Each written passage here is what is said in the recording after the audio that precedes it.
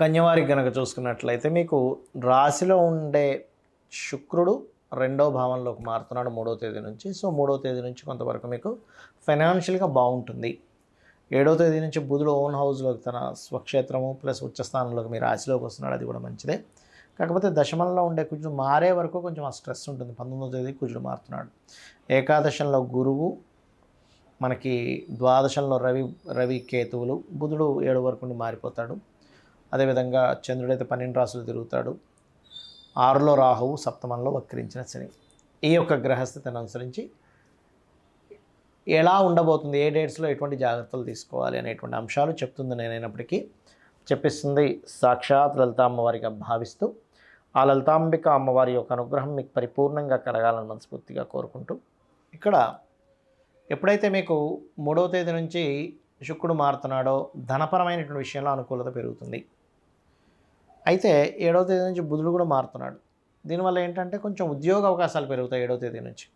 కాకపోతే ఆ ఉద్యోగ అవకాశాలు పెరుగుతూ 19వ తేదీ వరకు మాత్రం దశమంలో కుజుడు ఉన్నందుకు ఉద్యోగంలో స్ట్రెస్ మాత్రం కంటిన్యూ అవుతూ ఉంటుంది, గుర్తుపెట్టుకోండి.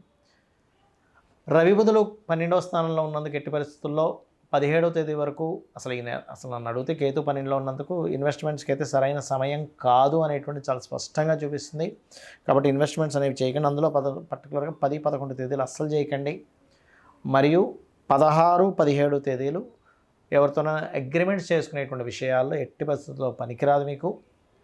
అయితే ఎప్పుడైతే 19వ తేదీ నుంచి కుజుడు మారిపోతున్నాడో వ్యాపారస్తులకి చెప్పాలంటే కొంచెం లాభాల విషయాల్లో నీచభంగ రాజయోగం కుజుడు అవుతుంది కాబట్టి ఆకస్మిక లాభాలు ఇలాంటివి కూడా ఇస్తాడు అక్కడ.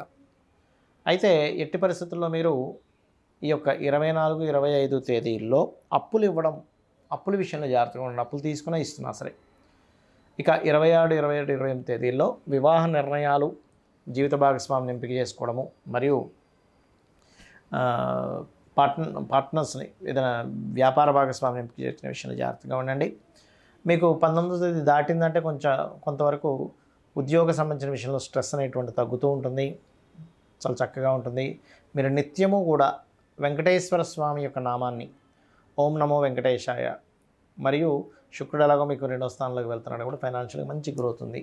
కొంతమందికి లైఫ్ చాలా అద్భుతంగా వెళ్తూ సడన్గా డౌన్ఫాల్ అవుతూ ఉంటుంది. దానికి ఏమిటి అసలు కారణాలు, అసలు ఏం చెక్ చేసుకోవాలి మీరు అనేది మీకు చెప్తాను. దానికి ముందు మనకు తెలుస్తుందా డౌన్ఫాల్ అవుతుంది అంటే ఖచ్చితంగా తెలుస్తుంది. అది స్వప్న రూపంలో తెలుస్తుంది కొన్నిసార్లు మనం ఆ పని కోసం బయలుదేరేటప్పుడు నిమిత్త రూపంలో తెలుస్తూ ఉంటుంది. నిమిత్తం అంటే మనకి ఎదురయ్యేటువంటి సంఘటనలు వెళ్ళేటప్పుడు తెలుస్తూ ఉంటుంది. అయితే అసలు ఏం చెక్ చేసుకోవాలి? మంచి వ్యాపారం నడుస్తుంది, చక్కగా షాప్ పెట్టుకున్నాము, రోజుకు 20-30 వేలు అమ్ముతున్నాము, లేదా 1 లక్ష రూపాయలు అమ్ముతున్నాము, సడన్గా 5,000కి పడిపోయింది, ఏమైందో అర్థం కాదు. ఇది ఏం జరుగుతాయనేటువంటి విషయాలు ఇప్పుడు నేను మీకు చెప్తాను. ఇక్కడ ఏంటంటే, ఒకటి, మీకు ఏదైనా షాప్ ఉంది, మీకు ఎవరైనా మీ అపోనెంట్స్ లేకపోతే మీ శత్రువులు ఎవరైనా సరే కొన్నిసార్లు ఏం చేస్తారంటే మంత్రించినప్పుడు నిమ్మకాయలు పడేయడం ఇలాంటివి చేస్తూ ఉంటారు. అప్పుడు ఏం చేయాలి? చక్కగా రోజు ఆ షాప్లో లలితా సహస్రనామాలు ప్లే చేయండి, రోజు ధూపం వేయండి, ఆ దోషం పోతుంది. ఒకటి. రెండవది, షాప్ ఏం లేదండి, మేము ఇంట్లో నుంచి అన్నీ నడుస్తూ ఉంటాయి, కానీ సడన్గా ఎందుకు మాకు మార్పు వచ్చింది అన్నప్పుడు ఒకటి, మీ దశ చెక్ చేసుకోండి. మీ మహాదశ, అంతర్దశలు, మీ జన్మజాతకంలో మహాదశ మారింది, కంప్లీట్గా డ్రాస్టిక్ చేంజ్ చేస్తుంది, లేదా అంతర్దశలు మారాయి, ఆ పర్టికులర్గా సంవత్సరమా 2 సంవత్సరాలు 3 సంవత్సరాల ఆ మార్పు వస్తుంది. అప్పుడు ఏం చేయాలి? ఆ దశానాథుడు లేదా అంతర్దశానాథుడు ఏ గ్రహంతో అయితే జాయిన్ అయి ఉన్నాడో, అది ఏ పోర్ట్ఫోలియో కలిగి ఉందో, ఎందుకు ఆ మార్పు వచ్చిందో తెలుసుకొని దానికి సంబంధించిన దానము, దాని అధిష్టాన దేవత సంబంధించినటువంటి దేవత ఆరాధన చేయడం, ఇంట్లో లేనట్లయితే ఆలయానికి వెళ్ళడం చేయాలి. మూడవది ఏంటంటే, కొన్నిసార్లు అంత బాగుంది, బాగా సంపాదించామని చెప్పి ఏం చేస్తారు, ఉన్న ఇంట్లో నుంచి ఒక చిన్న ఇల్లు ఉందనుకోండి, ఒక సింగిల్ బెడ్రూమ్లో ఉండేవారు అప్పటి వరకు, 2 డబుల్ బెడ్రూమ్, పాత ఏదో నార్మల్గా ఉండే ఇంట్లో ఉండేవారు. చక్కగా బిజినెస్ బాగా సాగింది, మంచి వ్యాపారం బాగా సాగింది కాబట్టి కొన్ని కోట్లు సంపాదించారు కాబట్టి చక్కటి ఇల్లు ఉండాలి సొసైటీలో, మరి డబ్బులు దేనికి సంపాదిస్తామనే భావనతో మంచి ఇల్లు కొనుక్కుంటారు. ఇక్కడే మార్పు వస్తుంది. ఎలా అంటే, ఇల్లు కొనుక్కోవడం మంచిదే, కానీ ఆ ఇంట్లో వాస్తు దోషం ఉందనుకోండి, ఇంతకాలం చక్కగా కొన్ని లక్షలు సంపాదించే వ్యక్తి కూడా ఒక్కసారి వేలకు పడిపోద్ది. ఎందుకు అంటే, ఆ ఇంటికి సంబంధించి చూడడానికి బాగానే ఉంటుంది, ఏమంటే వెలుతురు బాగుంది, గాలి వెలుతురు చాలా చక్కగా ఉన్నాయంటూ ఉంటారు. కానీ ఇక్కడ మీరు అర్థం చేసుకోవాల్సింది, ఇల్లు ఎప్పుడైనా మనం కొనేటప్పుడు కట్టుకునేటప్పుడైనా ఫేజింగ్ మీ పేరులో ఉండే మొదటక్షరానికి ఆ ఇంటికి ఉండేటువంటి సింహద్వారం ఏదైతే ఉంటుందో ఆ సింహద్వారం యొక్క వర్గు సెట్ అయిందా లేదా ప్రధానంగా చూసుకోవాలి. ఈ వర్గు అనేటువంటిది కారు కూడా సెట్ అవుతుంది. అంటే మీ కారు ఏ బ్రాండ్ కారు తీసుకున్నారు, కొంతమంది చూడండి వాహనం మారినప్పుడు కూడా వాళ్ళకి లైఫ్ చేంజ్ అవుతూ ఉంటుంది. కాబట్టి కారు మారుస్తున్నారు, ఇల్లు మారుస్తున్నారు, ప్రధానంగా చూసుకోవాలి. సరే, మీకు సరిపోయినటువంటిదే తీసుకున్నారు అంటే ఉదాహరణకి ఆ నుంచి అమ్మహ అనుకోండి, తూర్పు దక్షిణం ఉత్తరం పనిచేస్తుంది, వాయువ్యం పనిచేస్తుంది, పడమర పనిచేయదు, ఈశాన్యం పనిచేయదు. కక గగ అక్షరాలు ఉన్నాయి.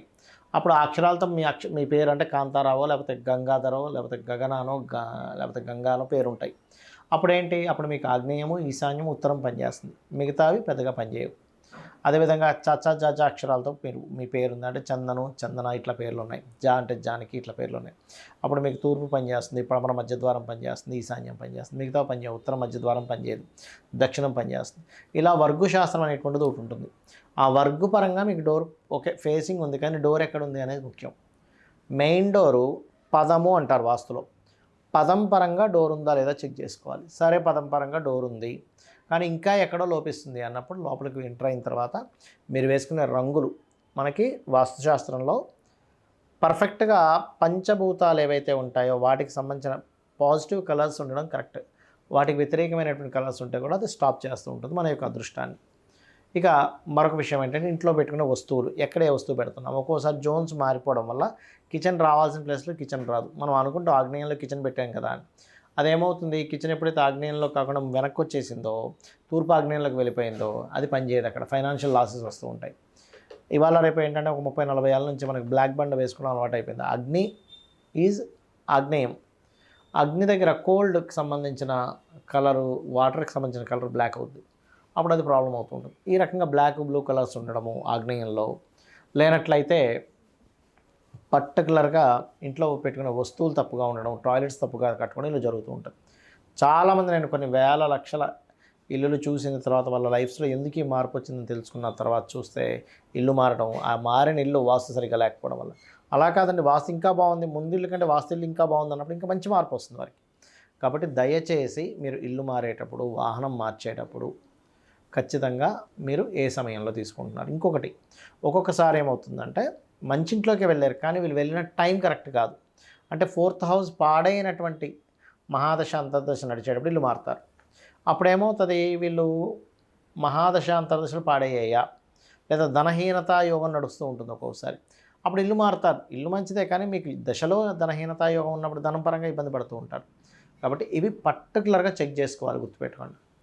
ఇవి చెక్ చేసుకొని మీరు కనుక మారినట్లయితే, మంచి ఇంట్లోకి వెళ్ళినట్లయితే మన జీవితం చాలా బాగుంటుంది. చాలామంది ఏమనుకుంటారు, ఏముందిలే వెళ్తురు గాలి వెళ్తురు బాగానే ఉంది, గాలి వెళ్తురే అనుకుంటాం. గాలి వెళ్తురే వాస్తు అయితే విశ్వకర్మ ఇంత పెద్ద గ్రంథం రాయడు ఆయన. గాలి వెళ్తురు ఉంటే బాగుంటుందని ఒక ముక్క రాసేసి వదిలేసేవాడు కాదు కదా. దానికి ఆయం ఉంటుంది.